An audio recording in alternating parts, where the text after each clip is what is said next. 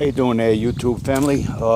Today I'm doing a transmission filter and a fluid change on an '08 Impala Chevy with a 3.5. It's got a 4T65E transmission in it. I'm not going to show you every step. I'm waiting on getting a GoPro, but right now I'm doing this on my phone and I can't do this one-handed. I think it's 20 bolts on the transmission pan. Let me show you first how to get the car up. I prefer the old metal ramps because they get the car a little higher, and I'm fat, so I put some 2x4s evenly spaced. That way I can get it up under the car. It raises the car up a little bit because the front end's low. I chuck the rear wheels, keep it in park with the emergency brake on. Make sure you work safe, very important. I have a drain in my pan, but I don't have a new O-ring, so I did it the old-fashioned way now. I drained it by loosening the pan. They don't come with a pan drain in them. All right, you're going to have 20 10mm bolts around here.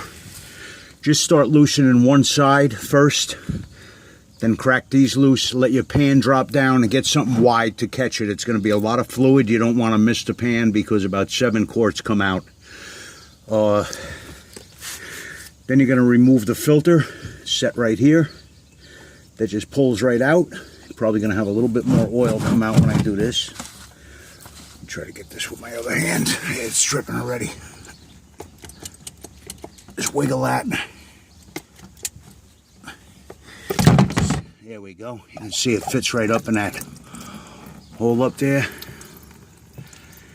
Now, if you wanted to do a transmission flush, which I have done on my other cars, I'll take a heavy black garden hose and a gallon of transmission fluid, shove it up in there, have somebody start it and run it through the gears. It'll suck the fresh fluid up out of the gallon jug, and it'll just overflow out, and keep doing that until you see it cherry red. Just don't let the pump run dry. If you got to add more fluid, stop, add more fluid to the gallon jug, and then continue again. Mine's still nice cherry red. I change my transmission fluid between every 30 and 40,000 miles. Transmissions are not cheap. I don't want to have to buy a new one. It's a hell of a lot cheaper to take good care of it. Now there's a metal ring right up in here that you got to remove, or you could leave it there and just stick your new filter in, but I don't know with these different brand filters, it might not be exact. So I'm going to get a screwdriver and tap that out. Just be careful you don't damage the aluminum around there. That's very soft. Okay? Sorry I'm being kind of vague here. Like I said, I can't do it step by step one-handed. I've ordered 2 GoPros, and both times the orders fell through. I guess they were scam companies. So I'm waiting for my refund from PayPal. I'm just going to probably go to a store and pick one up so I can make better videos for you guys. All right. The filter comes with a new gasket. I'm not going to use this. It's junk. The OEM gasket that's originally on the car is much better. I'm going to clean that up. You're going to check your pan for metallic pieces. That's not a good sign. On your magnet, you'll have a little bit of debris. That's normal. Clutch wear. See that little bit of gunk there? It's not much at all. It's just slightly filmed. I'm going to clean this up good with brake fluid. Clean thoroughly around the sealing part on the transmission housing. Get a little screwdriver. You might have to get tap it a little bit with a hammer and pull that ring out. Then you're going to install that new ring. Let me show it to you. Hold on, I'm going to put you down for a second. Be patient. Look at the pretty sky. And I just dropped it.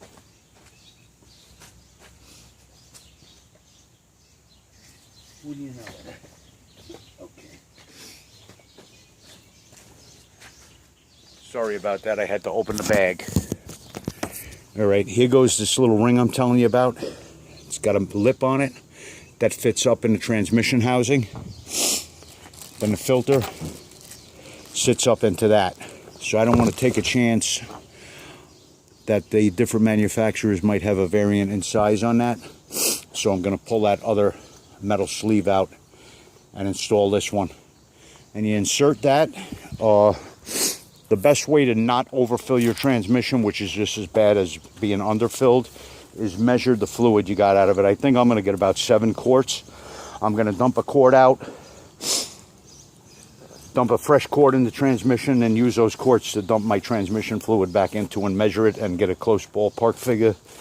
Then get the car down, get it at normal operating temperature, and then measure my tranny fluid and fill it up to a fine tune after that. All right, so that's pretty self-explanatory. It's an easy job. Don't spend them $100 or $200 to have somebody else do it. Do it yourself, and you'll know it's done right.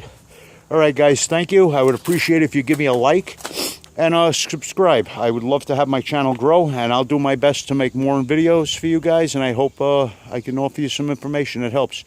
Take care. Have a good day.